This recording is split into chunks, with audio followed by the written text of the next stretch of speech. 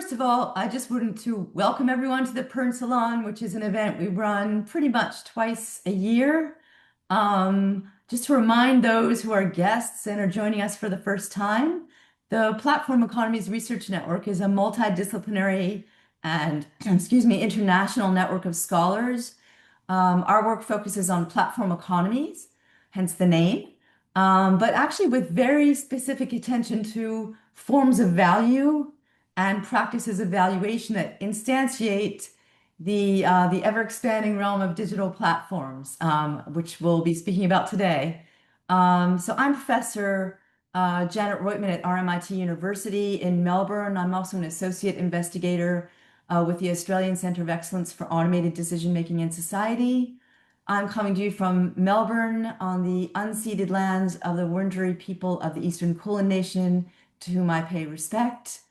I'd like to welcome Nick Srnicek as our guest today to the PERN Salon. As many of you know, Nick is a senior lecturer in digital economy at King's College London. He is a very prolific writer on topics related to digital economy. I can't go through the long list of publications now. I just want to flag his very widely read book, Platform Capitalism, which was published, I think 2016, if I'm not mistaken. Correct, yes. And translated into 15 languages. So congratulations on that, Nick. In 2023, he co-authored with Helen Hester After Work, A History of the Home and the Fight for Free Time, which that book was translated into 9 languages. And it was named Book of the Week by the Sunday Times. So our topic for today's discussion is Silicon Empires. It's a great read. The Fight for the Future of AI, published by Polity in 2025, which focuses on the geopolitical economy of contemporary AI. Before I pass the mic to Nick, I'd like to say just really appreciated the clarity of style of this book. It's an incredible synthesis of like a vast and very complex emerging area, a lot of commentary on it. But I think most importantly, and hopefully something we'll chat about today, instead of creating like grandiose or overly general statements about like AI platform power, Nick parses the various business models and the specific strategies that subtend the development of AI as what you're calling a general purpose technology. And from that, he draws conclusions about power relations. And so really appreciated that. I'm going to pass on to Nick. I just want to, before I do that, remind those of you who've joined us as guests to the salon, just please, if you have questions, put them in the chat. And we'll have a discussion amongst PERN members, and then we'll try and get to those at the end. So over to you, Nick. Great. Yeah, thank you very much for that introduction. And I'm glad you enjoyed the book. I've said this before, that when I'm writing, I've always found Zizek's quote quite useful on this, is like, who I'm writing for, the idiot that I'm writing for is myself. And that sort of clarity of writing is just a matter of sort of coming to try and understand this material for myself, and hopefully passing it on to other people. So I'm going to talk about the book today, and then, I mean, I'm hoping that it'll just sort of set up the stage for a great discussion. I've got a few slides, which I should have prepared this in advance here. Take your time. Okay.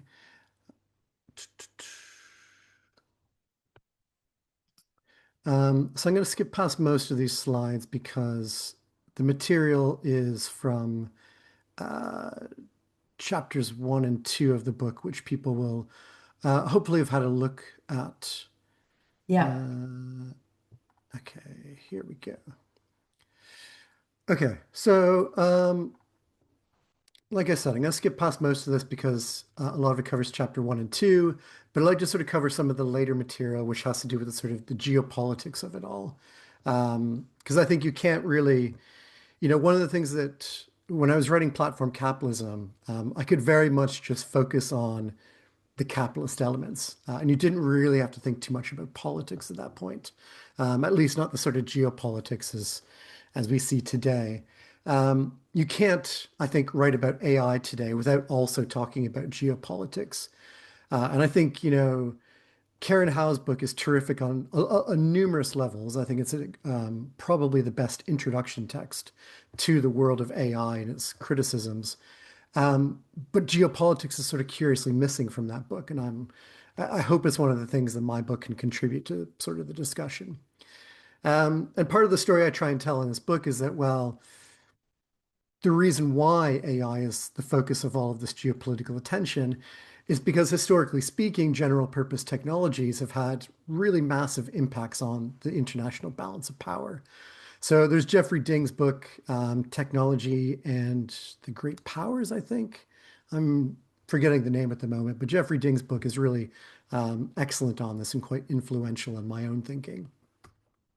But what I want to sort of focus on, at least in this 10 minutes here, is the sort of openly imperialist and quasi-imperialist elements of both the American project around AI and the Chinese project around AI. And I think both of them have quite different strategies towards the expansion of their particular AI stack around the rest of the world. And I think it also reflects the sort of nature of the capabilities that each country has and their positioning as developed economy, developing, and also sort of the situation with respect to the Western world and the sort of system of allies that's been built up there. So from the American perspective, we have a world which is divided between the US and China. I think Trump, in many ways, at least in his second iteration, has sort of rolled back this division between the US and China. He seems to be much more open to Xi this go around. However, my sort of reading of the situation in America at the moment is that Trump is sort of going against what the rest of Washington wants at the moment. There's a lot of bipartisan consensus that the world is in fact divided between the US and China, and that the world needs to be conceived of in that way and operated in those terms. So in terms of AI, America has largely been using their control over frontier technologies, the most advanced elements of the AI stack, leveraging their control over that in return for the expansion of the US AI stack, primarily through bilateral deals. So the UAE bilateral deal is, I think, the sort of premier example of this. Basically, the UAE has agreed to, in return for getting NVIDIA chips from America, they have kicked out China through much of their technological stack. So this is, part of this dividing up the world is, kicking out your opponent from their these sort of middle powers technological stack. So we see this as a primary sort of way in which the US has been operating. Trump's June plan from last year, the AI Action Plan, explicitly calls for what are full stack AI export packages. At the moment, what that means in practice is still sort of being worked out. And there's been some debates about that recently that have been sort of trying to, set out what this means.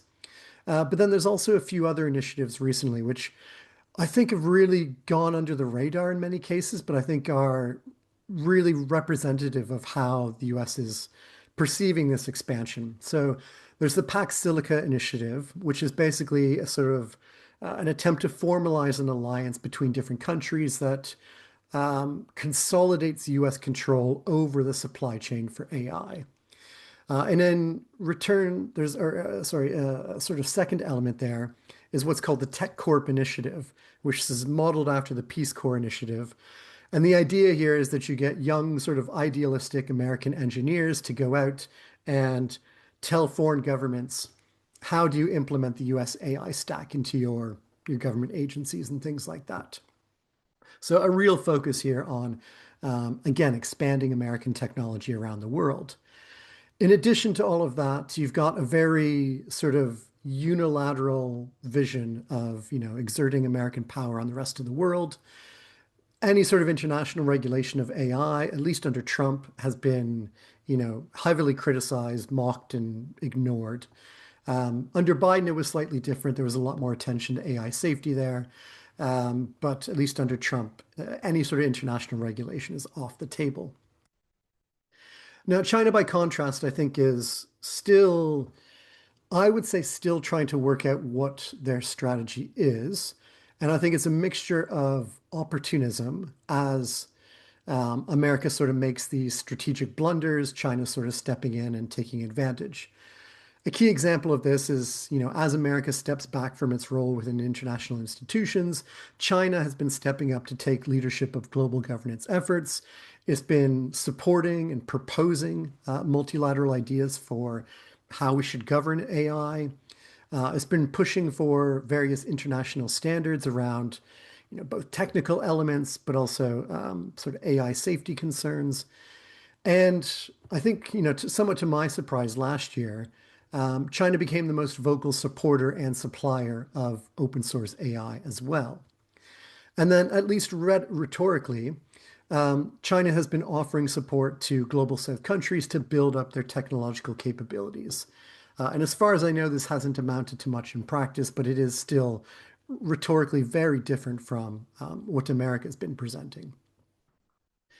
Now, one of the key things I try and point out in my book as well, and I think is one of maybe the more contentious arguments, but I think it's quite important, which is to point out that there's often a critical stance of the US tech that assumes that the tech elite within America and the political elite have a certain consensus, a certain set of shared interests that they're, working in tandem.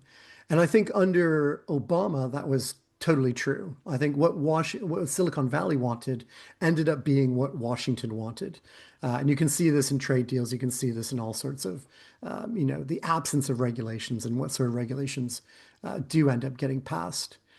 However, since the first Trump administration, partly as a result of him, but also I think as the expression of some secular trends that pre-exist Trump, we've seen sort of the tech elite split apart within Silicon Valley. And we've also seen different elements of the state coming to the fore, particularly these sort of national security, China hawk type figures, which were largely subsumed throughout the 2000s and most of the 2010s. So I think, we can broadly say that there are at least three different influential tech groups within Silicon Valley at the moment that, particularly within the AI world, that don't necessarily share interests. And in fact, at certain points, have very opposing interests to each other. The first group is the neoliberal big tech companies. So Amazon, Microsoft, Meta, Google, these sorts of things. And these are companies which are entirely, self-sufficient. They've got these, money printing machines which just generate billions and billions of dollars every quarter. They are companies which grew up in a neoliberal world. They have thrived in a neoliberal world, and their businesses are built to sort of reflect that sort of world. So they don't want geopolitical tensions between America and China. They don't want tariff uncertainties around the world. They don't want this emphasis on reindustrialization and reshoring and friendshoring and things like this. They want to be able to, take advantage of global wage labor arbitrage and put their supply chains wherever they can find the cheapest labor. So all of this is, their sort of vision for what the world should look like. By contrast, an emerging group is the techno-nationalists. And I think the biggest example of this is the defense tech companies, Anduril, Palantir, Shield AI, a number of different companies here. These are companies which are oriented towards war, obviously. And venture capital has, I think, fallen in line with them, in part because venture capital is seeking after the next big growth sector. And I think quite understandably, it sees the defense tech market as a major growth sector. So for this group of people, a group of businesses really, geopolitical tensions are great for business. It means that, you know, Europe is now spending way more on rearming, building up their military. All of this stuff is great for their defense-oriented businesses. They also want reindustrialization. They want to ensure that there is secure supply chains. So they're not as fussed about, how do we get the cheapest labor? Instead, they're much more interested in how do we ensure that we have, these supply chains within our control. And then they have support domestically for industrial policy to sort of foster that reindustrialization, and for any sort of regulations that might hinder foreign companies and countries. And there was an interesting piece I've read recently that said that, part of the reason why Palantir, as an example, is so willing to support all of these different, quite openly fascist elements of ICE and things like that, is precisely because they want to be able to say to any American government that we will do whatever you need us to do, even if that means that, the European governments and here in the UK, there's a lot of pushback against Palantir and governments getting involved with Palantir. So for Palantir, it is very much focused on the American government and who cares necessarily about the rest of the world. Now, a third group which sort of sits awkwardly across these two groups is the AI startups. And in particular, I mean OpenAI and Anthropic. And the key feature of these companies is that they're desperate for money. In a race with each other, they need computing power. They need the money to be able to purchase all this compute. This makes them absolutely desperate to take money from wherever they can get it. Government contracts are a potentially lucrative opportunity. The contracts which they've signed so far are not necessarily all that groundbreaking. They're about $200 million, which is a drop in the hat for these companies. But the idea is that they will eventually be able to get much larger government contracts. They're also quite happy to take money from sovereign wealth funds, particularly from the Gulf states, precisely because this is one of the few sources of capital that has enough money to feed into these companies. And then they're also looking towards markets that offer the most profit. So life sciences, drug development, financial services, coding, and increasingly defense. They've sort of got to pick and choose which markets they want to enter into, and these are the most valuable ones. And then a last point I sort of want to make about the American situation is just these contingencies of Trump himself as a quite idiosyncratic figure, and trying to rationalize his actions is, an academic pursuit in its own way. But I think we can sort of see that there is tensions between Trump as a figure and the coalition built around him as a sort of electoral force, and the ways in which that actually is significantly in tension with the AI projects that the American government is trying to carry out. So, for example, libertarians, people like Elon Musk, for instance, coming in and demolishing state research capacity at the same time that you might want the government to be supporting fundamental research. You've got the mega nationalists and the mass deportations and ICE basically scaring away some of the best global talent that you could get for AI. Again, precisely at the time that you might want to attract that talent to America. And then you've got Trump as an individual, which is, he's making all these bellicose statements, particularly towards Europe and towards my home country of Canada. And he's, at the same time telling these countries, take our American technology, and then threatening them. And these countries are basically, turning away from, or becoming very wary of dependency on the US technology stack. So all of this is a very tension-filled system that we have here, I think, in America. My last slide, and then I'll open it up for discussion. This is sort of a provocation of where I think things may be heading. One possible option is that we might see a decoupling of hemispherical stacks. So as sort of Benjamin Bratton has talked about in the past, this idea of an American AI stack and a Chinese AI stack. I think this is very unlikely for technical reasons, economic reasons, and political reasons. It just seems very unlikely. But America and China are both pushing in their own ways towards that. More likely, I think, is the overlapping of distinct technological stacks. So continuing to have, different countries involved at different layers of the stack. And then for middle powers, this basically means that they can sort of carry out this strategy of poly-alignment that a number of academics have started to think about. And the idea being that you can sort of play these different great powers, superpowers, off against each other in various ways. On top of all of that, you've got a multiplication of digital sovereignty projects and especially AI sovereignty projects. The European Union is a major one. Japan, South Korea, Brazil, India, the UK. Everybody seems to want some sort of AI sovereignty now.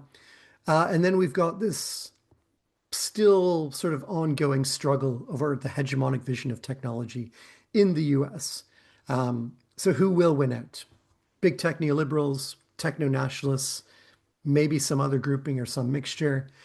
And then there's the ongoing struggles over private versus government control of military AI. So the recent sort of outburst between Anthropic and the Department of Defense, I think, is the first sort of major public sign of battles that are going to be ongoing as this technology becomes more and more capable and becomes more and more of a national security interest rather than just a sort of corporate project. All of this, I think, is, it's unclear how it will play out in the future, but it's these sorts of tensions which I think will drive things forward. And I shall leave it at that. Thank you very much. Terrific. Thank you. Um, you should feel free to maybe stop sharing. Oh, there you go. Thanks so much. Thank you. Um, Very succinct. A lot. I'm sure that everyone has loads to say. Just for the benefit of those who are joining us because we read the first part of the book, I just wanted to underscore, because you didn't have time to present it, or just note that you do this beautiful job in the beginning, and there's that first section of illustrating the complexities sort of involved in adapting or adopting, I'm not sure what the right term is, both deep learning and AI models to like various sectors of activity, some of which you just talked about, but there are the four strategies. I'm just saying this because I really encourage people to look at them if they haven't, which is the infrastructure strategy, cloud providers, the frontier strategy, the conglomerate strategy, and the open strategy. For the benefit of those, the audience, there's a figure on page 39, which is really worth looking at, very helpful. And sort of the conclusion to that is that these four core strategies should be understood as an analytical lens, right? Extremely useful, terrific. Maybe we can talk about that more today. I just one little comment, and I'm going to open it to others. I'm always hesitant with, and you didn't say it's you didn't make this as a general statement, but this idea of like what's neoliberal, and I know I'm sure this is a debate, not just about AI, obviously, but I think there's this great irony, that like the most libertarian tech startups want government contracts and government support and tax incentives, et cetera, et cetera. And to the point of your last slide, I mean, defense, defense, defense. I mean, boy, are we moving into a new world. I can see Michael Richardson nodding here. I'd love to hear his thoughts. Yeah, so just the massive government contracts and subsidies and tax incentives, they're just really, as we, sit here right now and everyone's in China. So yeah, just a maybe one sentence thought about that, and then others should really jump in. Raise your hands or to turn on your mics. Yeah. Thank you, Nick. Yeah, I mean, you could sort of say that there's a contradiction, but I mean, I sort of think that people like Peter Thiel are not necessarily all that libertarian at heart. Um, from the beginning, Palantir has been a government dependent business, and same with Elon Musk's work. Yeah. One of the things I sort of uncovered, I think it's obvious when you say it out loud, but uncovered for myself when I was researching the book is that actually Elon Musk, despite being the wealthiest person in the world, all of his businesses are either unprofitable or heavily dependent on the state. Yeah. SpaceX being like, the example of that. Whereas everything else is, yeah, not making money. So all of his profits from his businesses, and foundation of his wealth, because all of his actual wealth is dependent on the stock of these companies. Most of it is tied up and dependent on government contracts, in a way that the neoliberal companies aren't. Yeah. Cheers. Yeah. Do others want to jump in? Anyone open with a question or comment?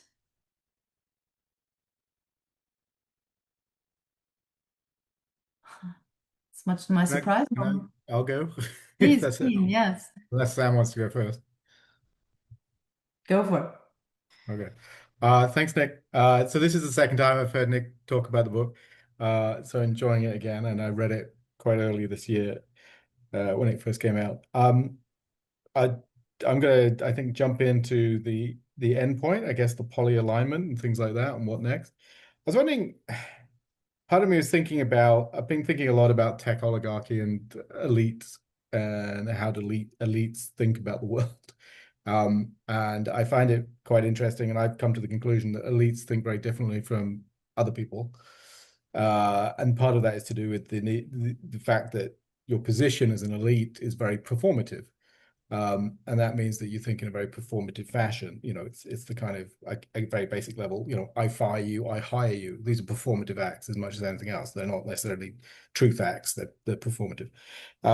So I was thinking about this, and I was thinking about this poly-alignment thing, and I was thinking about, like, do we still have superpowers in the world? Are China and the United States still superpowers? And if we think about, like, can they, especially now, are they able to enforce a global hegemonic role?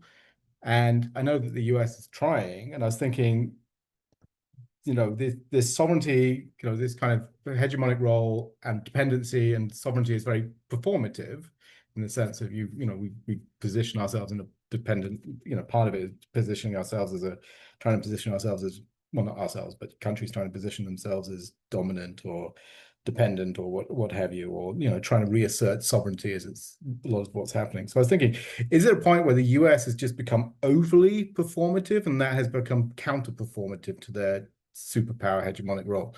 I know that's a very broad general question, and that then undermines their ability to assert dominance within the AI stack, I guess, or the whatever you want to call it. Thanks.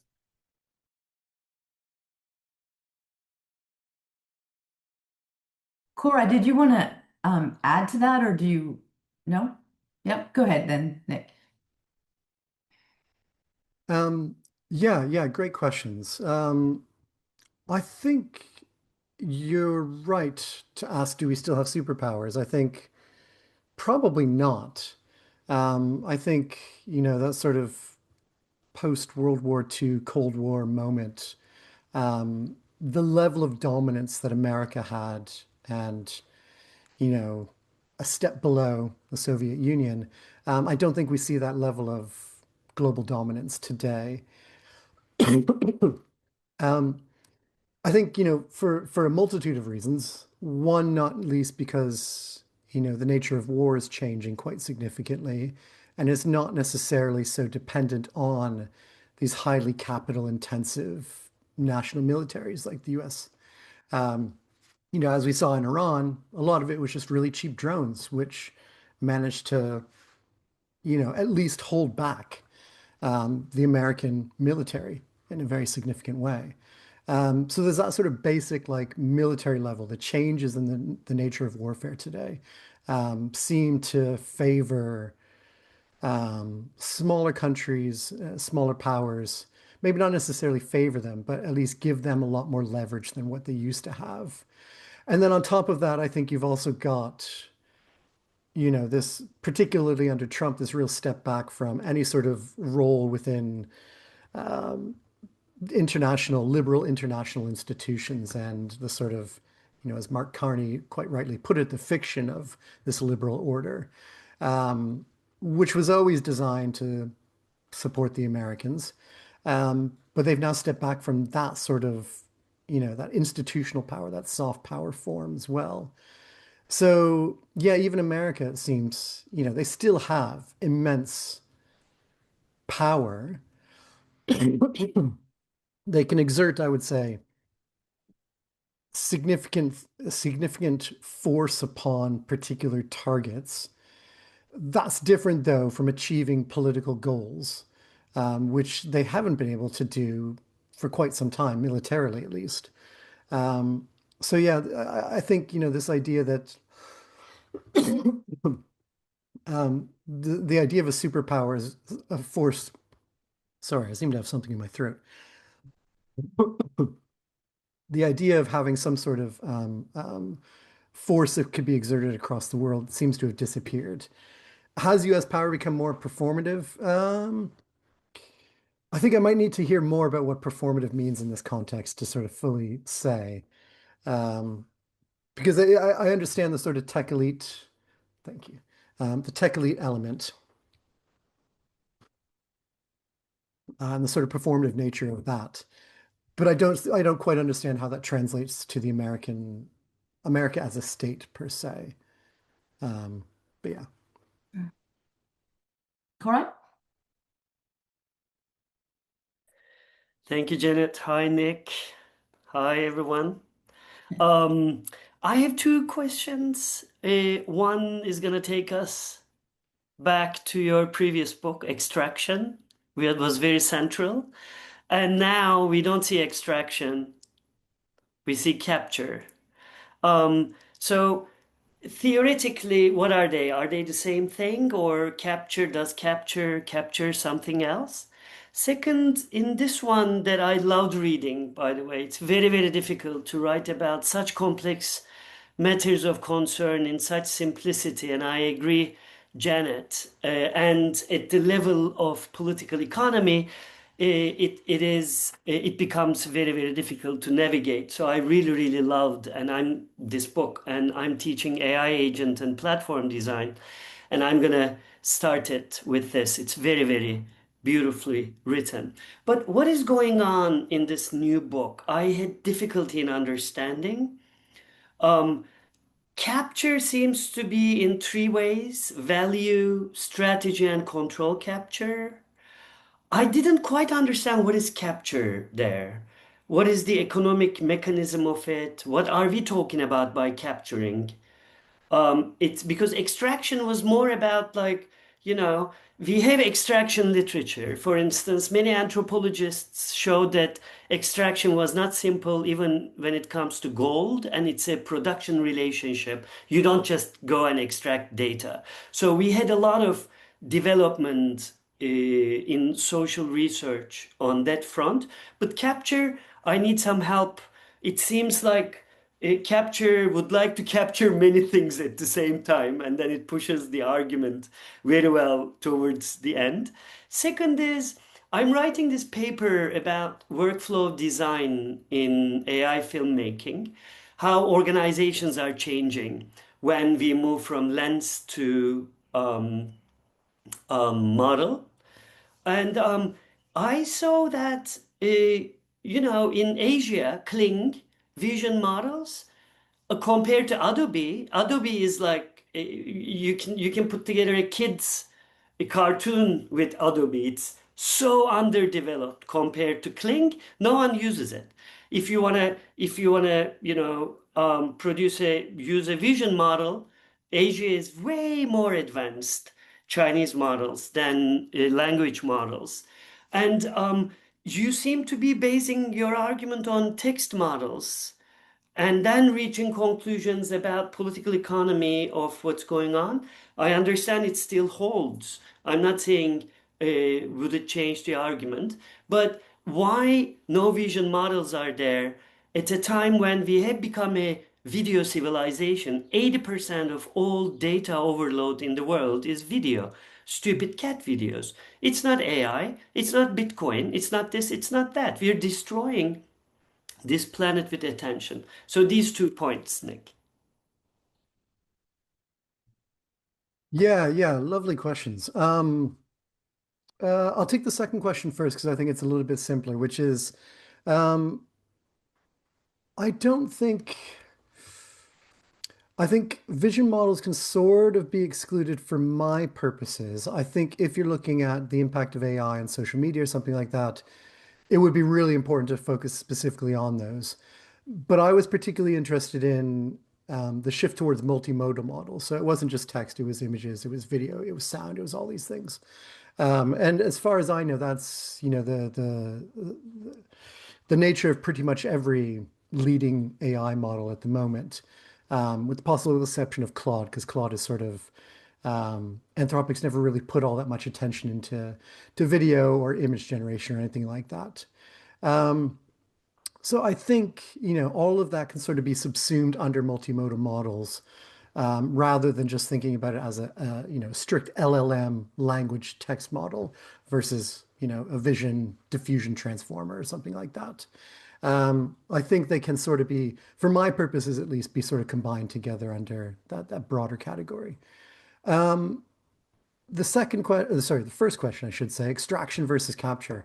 Yeah, I think it's a really excellent question, and it's not something I didn't explicitly think about the shift as I was writing it, but it's sort of become clearer as I've given talks and the question has come up about what's meant by capture. I think you're right to point it to a significant change there. Um, Extraction in platform capitalism was very much like the extraction of oil, and one of the arguments I tried to make was that data was not something produced by workers, but it was more like a raw material like oil. And like any other raw material, it required multiple stages of processing in order to be made usable. And so extraction was sort of fundamental to a lot of those businesses. Capture in Silicon empires is in some way, I have to say, a placeholder, but it's a placeholder within a very particular framework.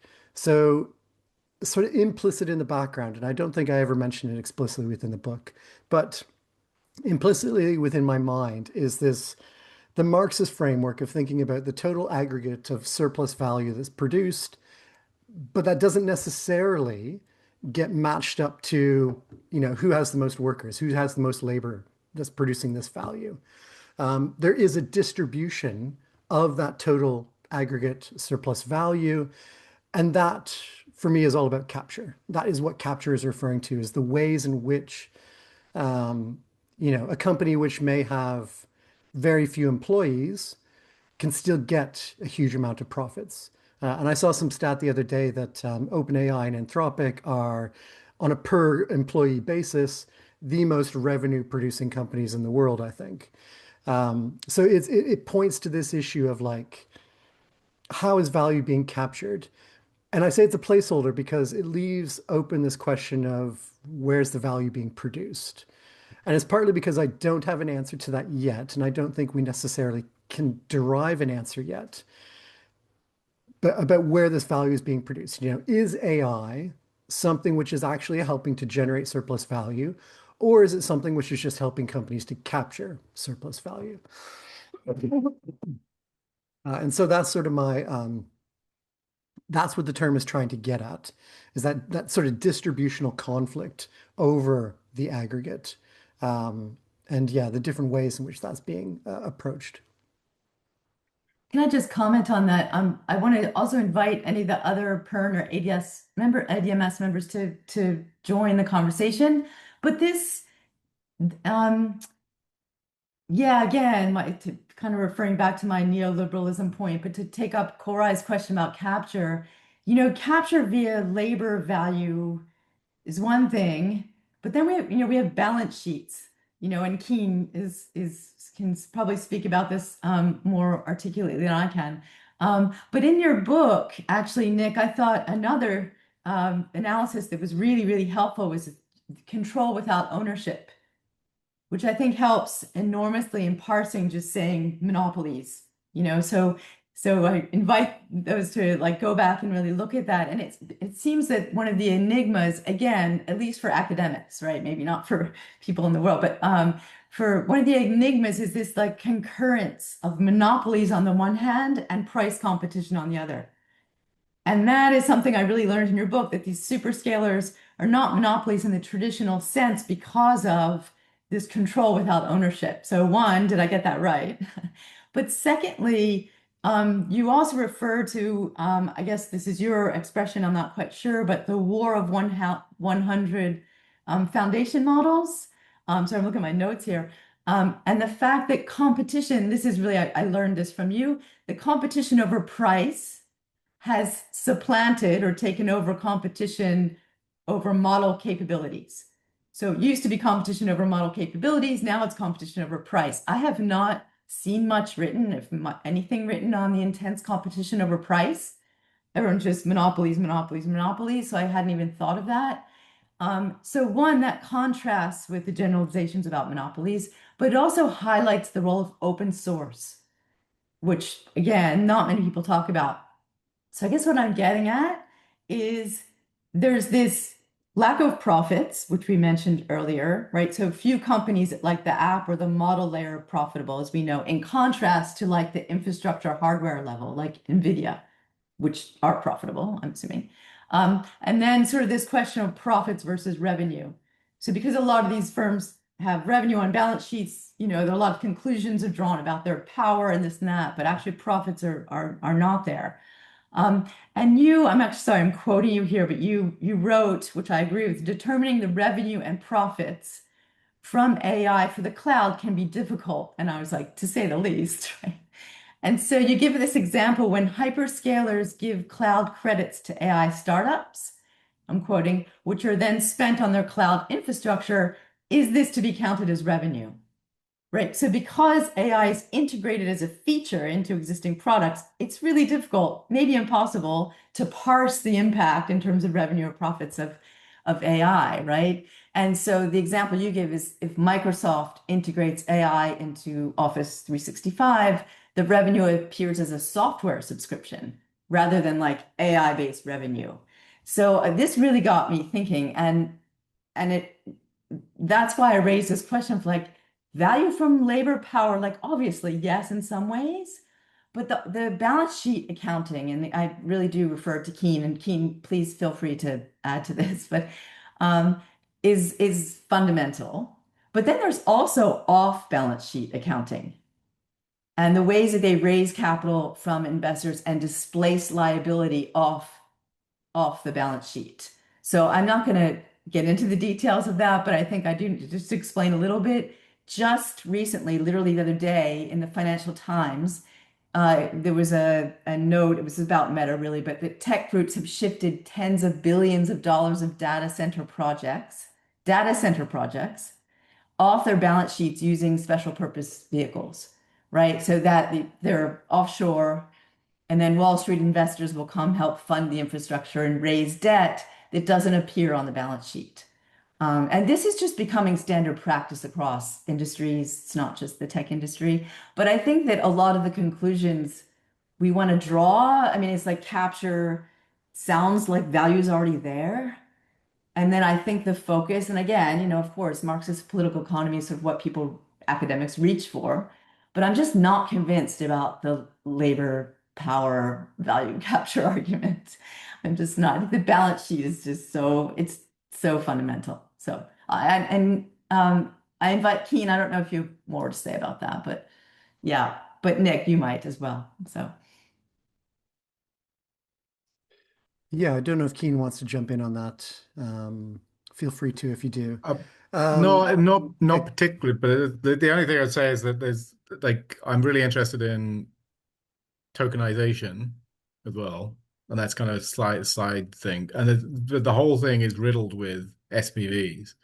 And the whole thing is, how do we understand what an asset is? It seems to be increased a financial asset in this case. In these cases, it seems to be riddled with SPVs, and that's really interesting. So what Janet was just saying about, how you manage your balance, how you manage your balance sheet is really strategic.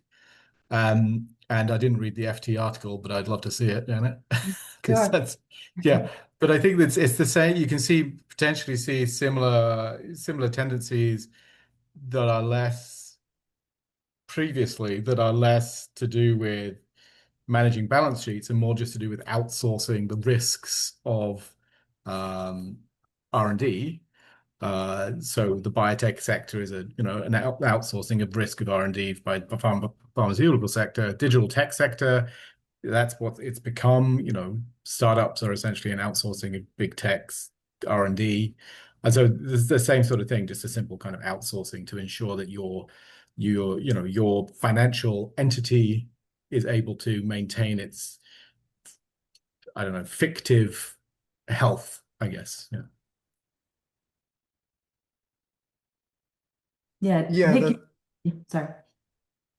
yeah, I was just going to agree with that. I think it's one thing that doesn't make it into the book because the sort of use of SPVs really came after I'd finished writing.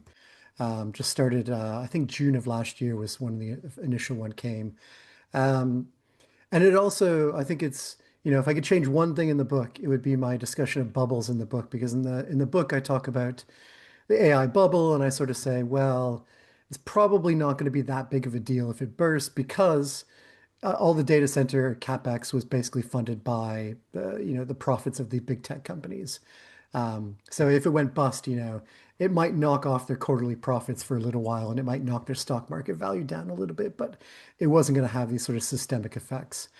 Whereas after I finished writing that, they went and did all this financial stuff. So there's an increasing use of SPVs. There's a lot of private credit which is coming into the market, and there's increasing, sort of secondary markets being built up around all of this, precisely as Keane says, to distribute this risk around much more widely. Um, and one of the sort of ongoing stories is that because there's so much capex here, so much money being thrown around, even the biggest banks in the world are finding it hard to like actually get this risk off of their books. They're finding it hard to find enough people to take it all up. So it's sort of an ongoing issue at the moment. Um, yeah, I'll leave it at that for now. Yeah, big topic. Yeah, yeah. Anyone else? There's people should feel free also to drop questions in the chat. There are two questions here now from Sam and Ilana. They're related, very much related about kind of middle powers. I'm not sure you have an answer to this, but uh, so the middle powers, Australia and Canada, being very similar in this regard. Um, where would you situate them? And can Australia truly achieve sovereign AI? Not that you were really addressing that, but you might have thoughts about it, given what would it take to achieve that? It's a great question. Yeah, thoughts about that, Nick? Or Yeah, I do actually. I've written a piece which should hopefully come out soon on rethinking AI sovereignty. Um, I mean, so okay, my argument sort of hinges on this turn towards agentic AI since at least December of last year. Um, so the past few months, Claude Code and OpenClaw and all these things become really, really significant and potent, ways of using AI now. And there's a couple of really interesting things about that. One is that most of the capability improvements that we've seen over the past few months haven't come from improvements in the model.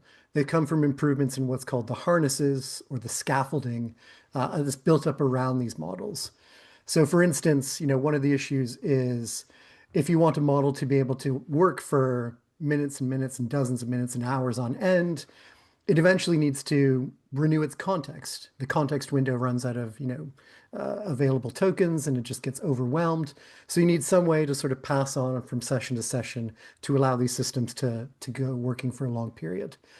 That's where a lot of the innovation has come over the past few months. And the insight for AI sovereignty is that you don't need a frontier model. You can just do this sort of stuff, and you can use a much cheaper off the shelf open source model and get a really great harness. And OpenClaw is a great example because OpenClaw was created by one person as an open source project. So, what could you do with the resources of a nation state?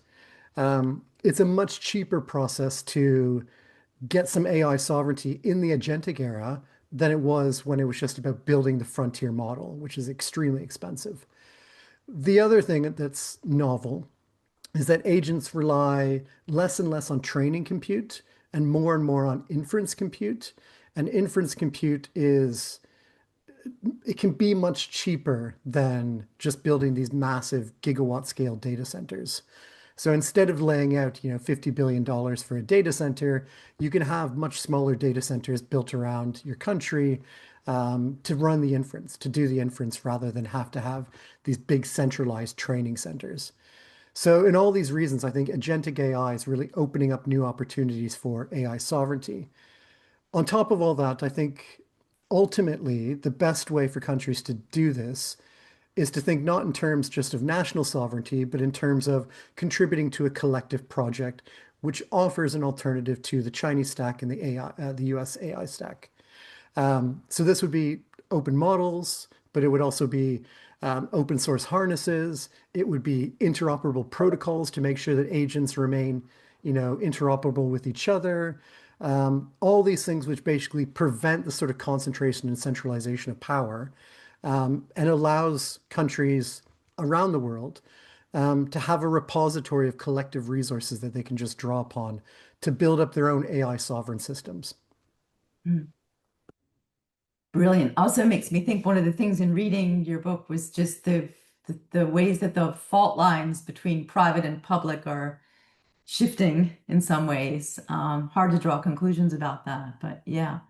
Um, so there's a comment here. Jean, do you want to just read this out since you're here? Oh, Go for after it. all of that typing. Oh, sorry.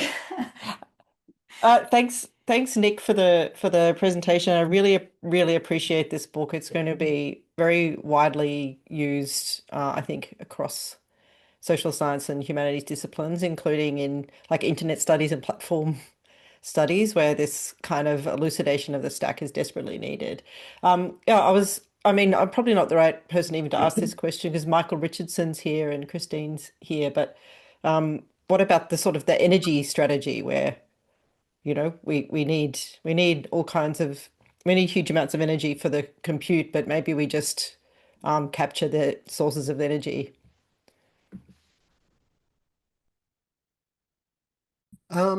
Yeah, I mean, the energy question's interesting. I think it is a temporary bottleneck at the moment, and I think there's lots of efforts being made to make it so that it's not a bottleneck anymore. And so I think trying to exert control through that could work for a while, but not necessarily for very long.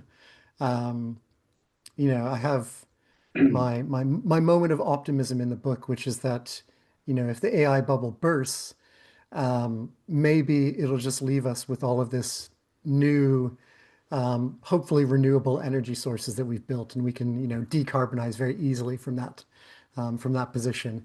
Um, I mean, That's the unfortunately, most of accelerationist in you, I think. yeah, yeah, probably.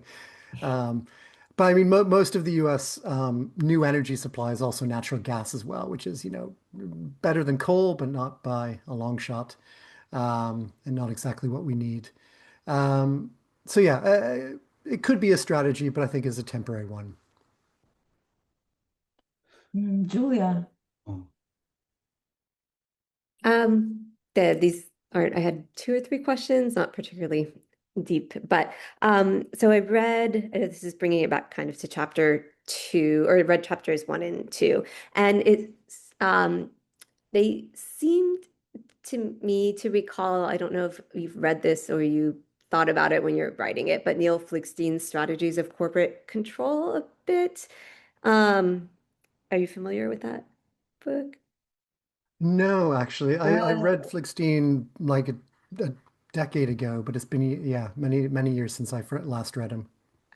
So he kind of his is a more his he's trying to put together sort of a historical sequencing of it's not really about strategies of corporate control, I would say so much, but as like where companies sought to realize value through capital through capitalism, right? So he said like, well, there's a um, early on there in industrialization, there was a concern with maximizing throughput, and then there was a concern with marketing, and then to financialization. So anyway, your chapter two sort of recalled that to me. And then I also had a question. Again, I didn't read the whole book, but I know in chapter one and two, you're focusing mostly on the AI used in data processing and analysis, and then you kind of put sort of like Apple to the side. And then so I was wondering why, or maybe because it's not as critical to the kinds of questions you're concerned with, but AI is also being used in more other sorts of technologies, like brain-computer interfaces, right? Of the new stuff being done with like magnetic MRIs, and and some companies like Apple are, involved in they're not developing the AI, but they're involved in partnerships with, like there's an Australian company that's developing sort of like a non-invasive brain computer interface. So I was just wondering how central to like sort of the AI geopolitical battles or the questions in your book on value capture generally are these other uses of AI that are less about data processing analysis and more, yes, well, just more integrated in other kinds of technology like medtech. Yeah, I'm gonna have to check out that Fligstein book. It sounds, yeah, very interesting. Um, yeah, so I leave Apple aside in the book because I mean they haven't really gone anywhere with AI. I mean I know there's a lot of people who still think that they will play a significant role in it simply through distribution and things like that. But I'm somewhat skeptical of it. I think Apple is not designed as a company to be all that, to be good at this sort of AI research. And they will remain quite significantly dependent on other companies. And I think, one sort of symptom of that is, for instance, Google releasing all these AI features this week.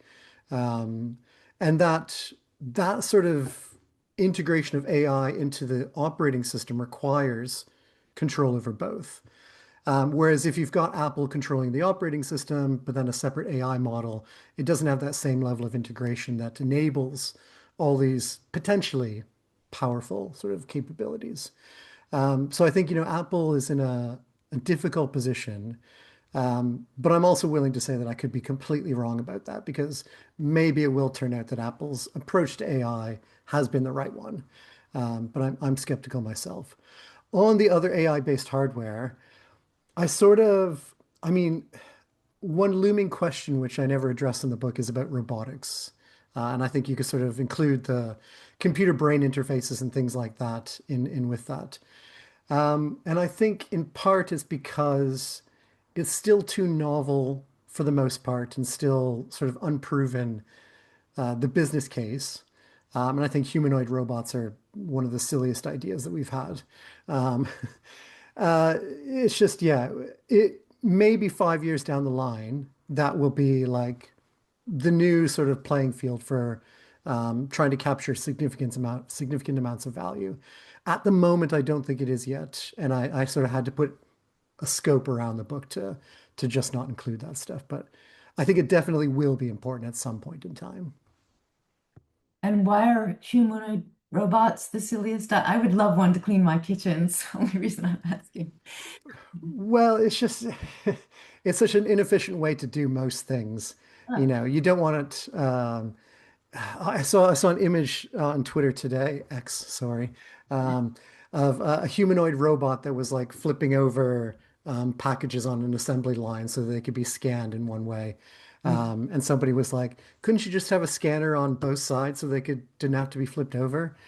Like you don't need the humanoid robot there at all. There's a much simpler system to do this exact thing. Right. So yeah, in most cases, humanoid robots are like interesting technological capabilities, but there's better ways to solve the problems that they're trying to solve. Right. Apart from cleaning my kitchen.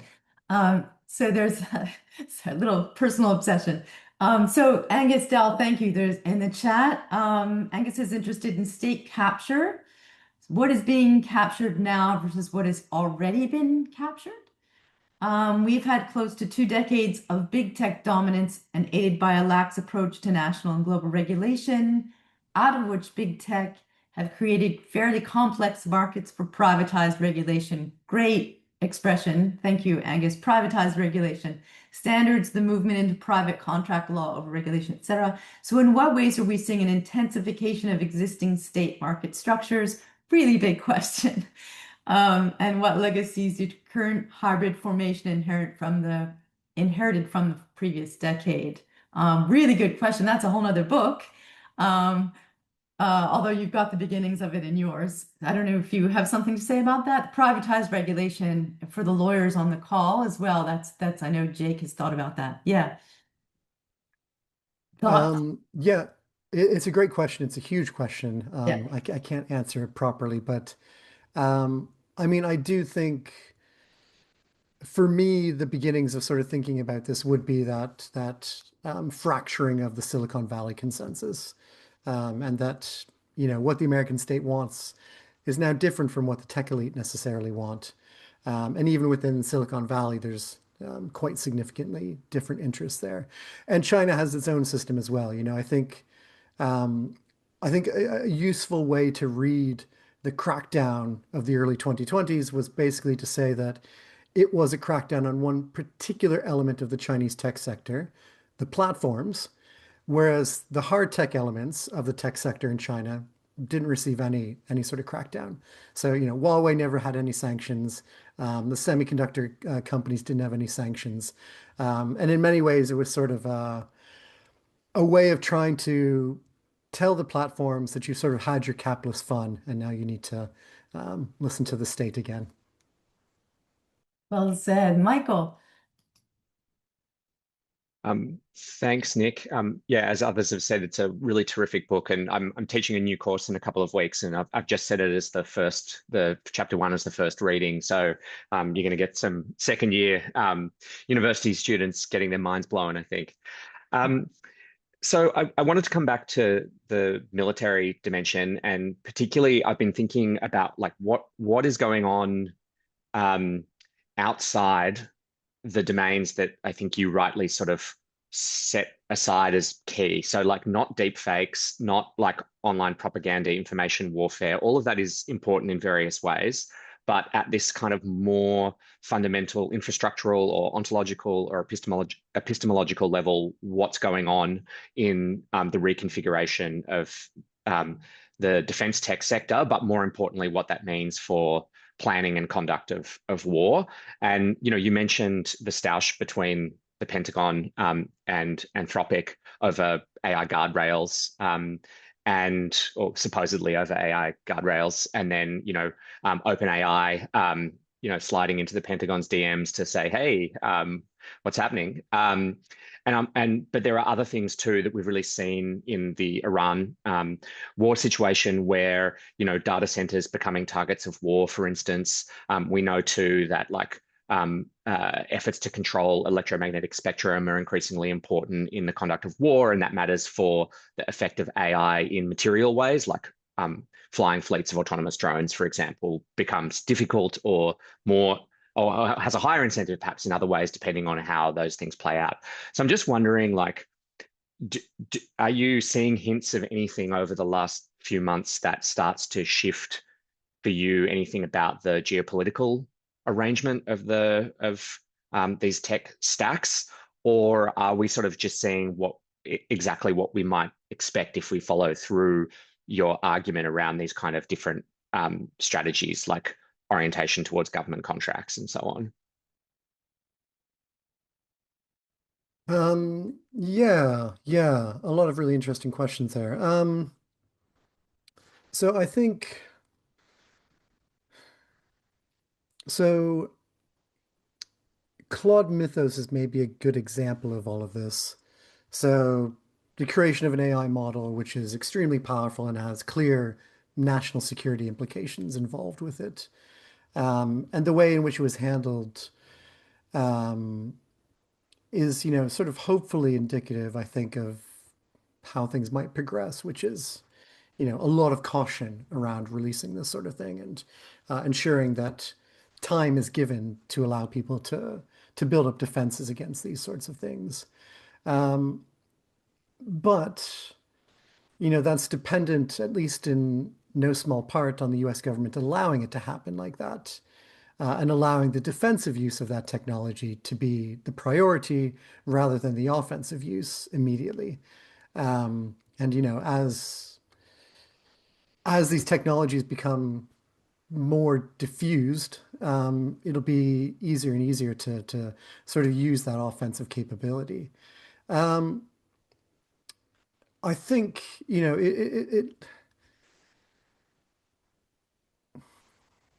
I think I could have predicted something like the Anthropic and Department of Defense conflict happening, in part because of the nature of Anthropic as, its origin story, the people involved and things like that.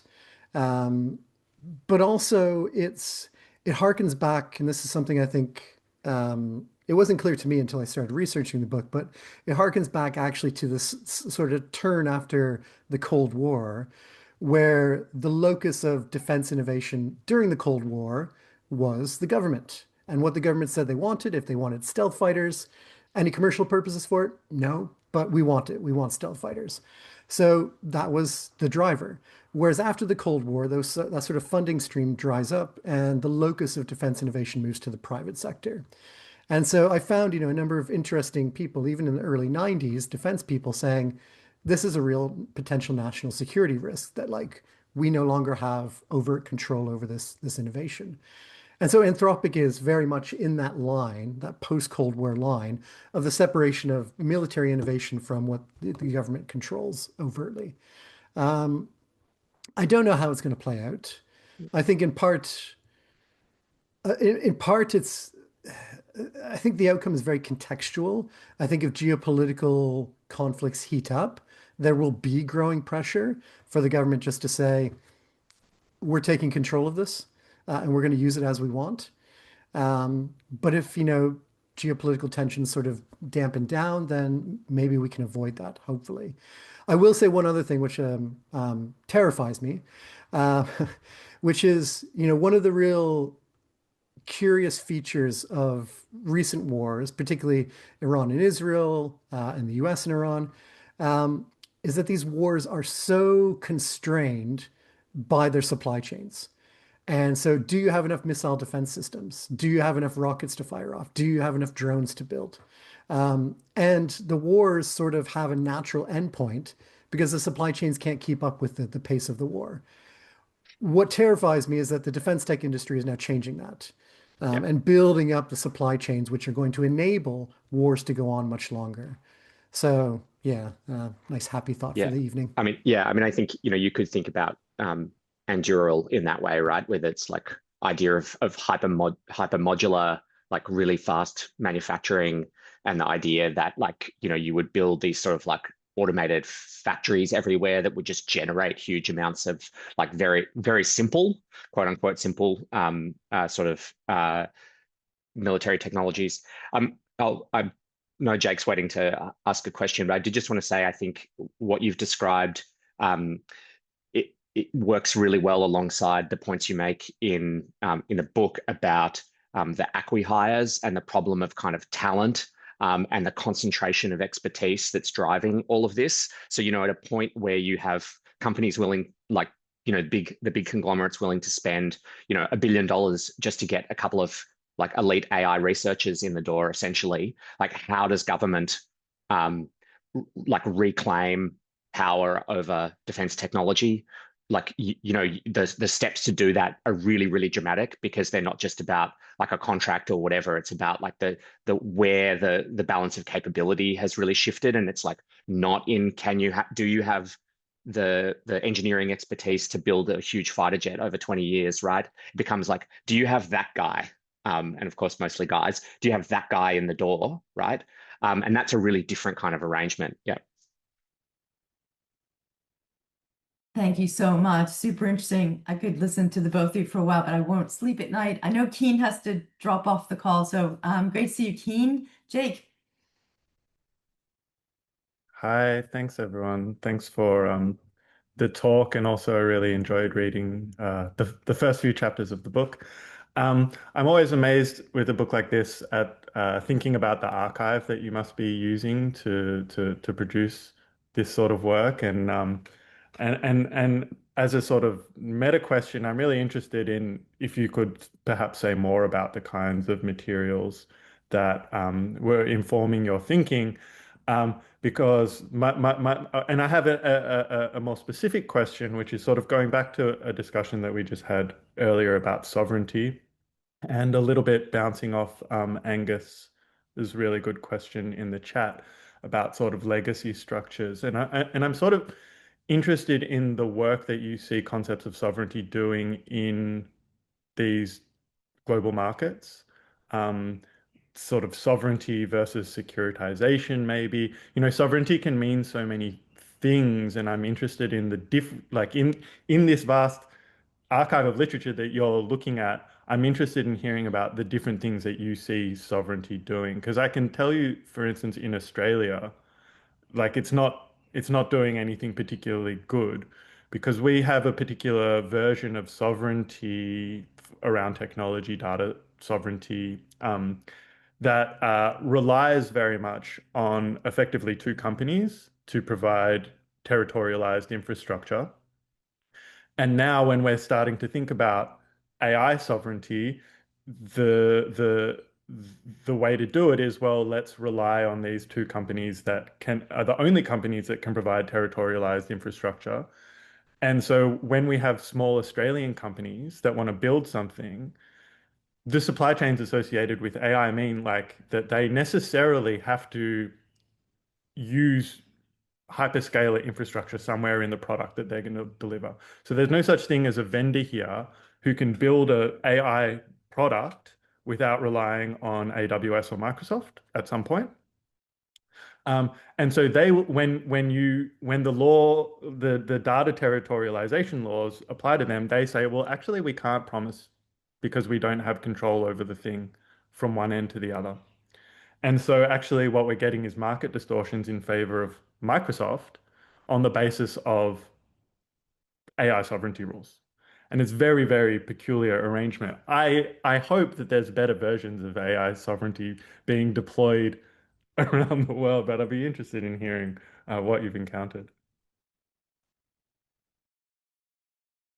Yeah, yeah. So I'll tackle the sovereignty question first. I mean, there's multiple different levels at which sovereignty might work. Most of the discussion is at the national level, but there's a lot of, subnational communities which are fighting for it. The Maori data sovereignty projects. Brazil's got some really significant digital sovereignty projects at a subnational level as well. Um, However, I think when we're talking about the national level, for me, there's three key things.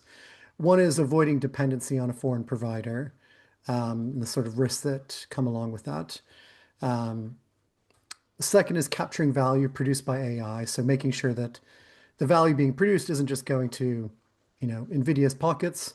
And then the third one is the capacity to regulate AI. And it's much easier if it's a domestic company versus, a massive foreign company. Um, AI sovereignty projects, I think they're always going to be reliant on the US AI stack for some elements.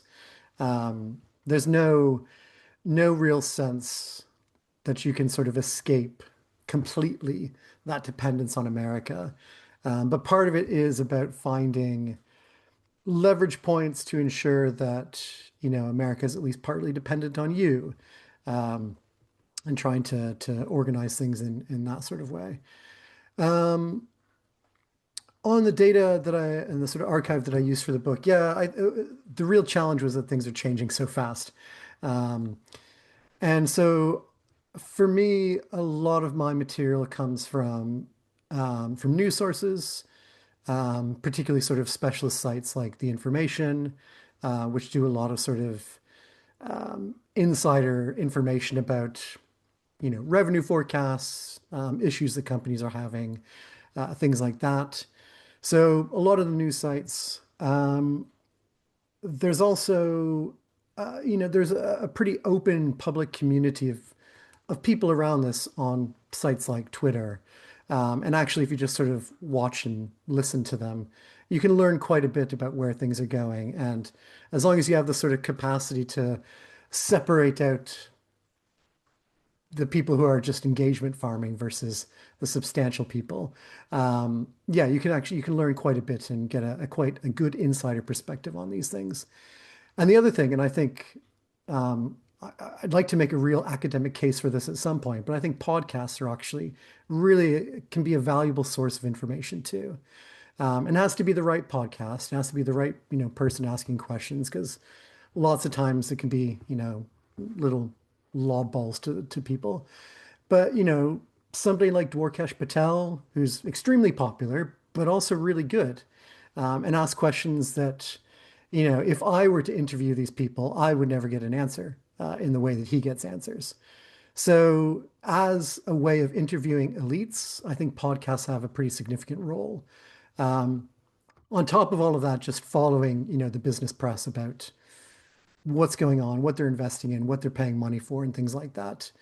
And then the sort of one of the fundamental things for me was like, because I wanted the book to not be obsolete by the time it came out, um, how did I, basically, whenever I saw a news source, a news story, asking myself, will this disappear in a month or will this be important in a year? And sort of really being able to think about what is fundamental and what isn't on those terms. Yeah, excellent.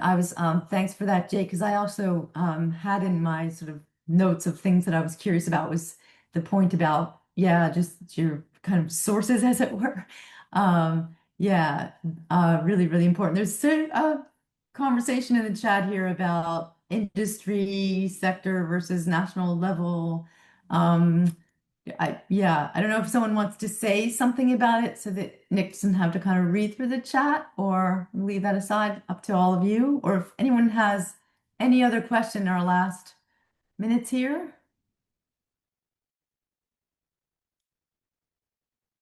Linda? Yeah, I can say just a little bit about my comment there. It's just, as someone who thinks a lot about, I think chapter 2 in particular goes pretty well into the importance of developing sort of like industry or sector specific like models, or it seems similar to what you were just describing around. There's sort of a parallel there in terms of like localization, translation, whatever that is similar to that kind of like harness you were describing in the AI sovereignty context of sort of like, yeah, can you, what control do you have over sort of localization? Which strikes me as something that's sort of happening like in thinking about that stack model from the model up, as you were alluding to there, like that the sovereignty doesn't seem to extend down the stack.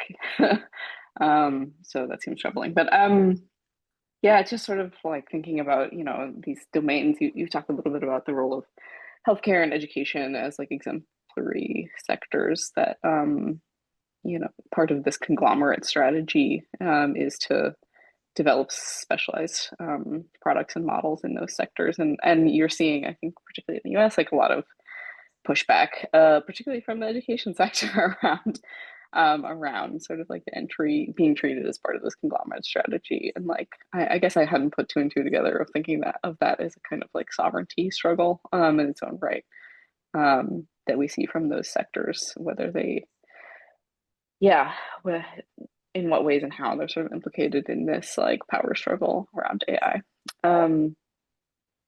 I don't know if that's if there's a question in there, if that's just a comment. But I guess one other kind of comment related to some of the earlier discussion around global powers is, I guess I'm just thinking a lot about how, and maybe later chapters get to this, but thinking about how the potential for AI to really reconfigure the landscape of power among big tech itself. We're talking a lot about like how does this play into the reconfiguration of power of US or China, but how does this potentially, and that seems to really be related to the FOMO thing of like, is there a true existential fear by Microsoft that if it doesn't figure out its AI strategy, it no longer functions as sort of a global power in its own right?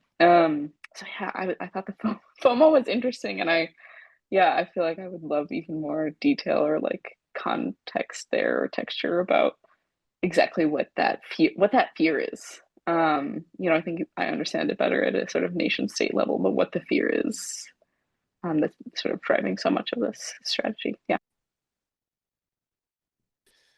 Yeah, good questions. I mean, on the FOMO thing, I think for companies, especially big tech companies, it's um, the past 30, 40, 50 years, there's been these sort of periodic technological revolutions, particularly in terms of the sort of the primary interface that people interact with computing systems. So, the shift from a mainframe to a personal computer, from a personal computer to a smartphone, from a smartphone potentially to, an AI chatbot sort of thing.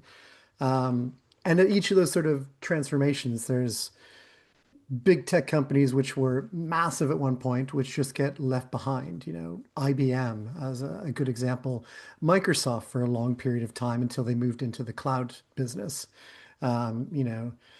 Facebook almost got left behind with the shift to mobile and the way in which it disrupted digital advertising. So I think the FOMO sort of comes from that history of technological changes and the ways in which, as you say, they disrupt the big tech incumbents. And yeah, that's also, the way some of the defenders of big tech will often speak, because they'll say, well, yeah, they may have a lot of power, but they're always capable of being disrupted, and therefore, we don't need to intervene to take down their power or anything. But yeah, it is a genuine facet of their sort of business. I still think we need to regulate them properly, but yeah, and then on the sovereignty question, I think it's interesting. I think you could frame a lot of this sort of industry level and workplace level rejection of AI as at least part a sovereignty question. Because if digital sovereignty is about having the capacity to choose how to implement and use and deploy and develop technology, then workers should have a major right over that as well. And I think it's something which, you see this in, for instance, the Hollywood writer's strike is the sort of premier example of this, but it's also increasingly in the education sector as these tools are sort of being forced upon people and not in ways that educators would like. And I think there's plenty of valid uses of AI within education. Even from my own experience, I've learned so much using these tools. But of course, that's not why these things are being implemented from the top down. So yeah, it's all about sovereignty, just at sort of different levels. And I think, yeah, that workplace sovereignty is increasingly important. Terrific. Thank you. I think that's maybe a good place to sort of wind down. If anybody has any last comment, please feel free. I know it's very late for Nick, and people, at least in Australia, will be starting their day. Just really want to thank you, Nick, for staying up in the evening so late to share your work. It's a great book. And just in this conversation, your breadth of knowledge is quite striking. So learned a lot. Hope to see you again. And as well, I can't resist. I think the book is also such a great demonstration of the thing that I'm always harping about is that like we really need to study the value chains and the balance sheets, like let's not forget that, right? So, and thanks everyone for joining us. I know some people had to drop off the call. Just a reminder, the next PERN Salon is in August, and we'll be chatting with Mona Sloan, who literally her book was just released this week. And the book's title is predicated, but information will go out about that. And yes, thank you so much, Nick. And we hope to see you again in some side of some ocean. So yeah, great. Take care. Thanks, Thank everyone. you so much. Thank you so much for the discussion. It was Absolutely. great. Great chat. Great discussion. Yeah. Congratulations on the book.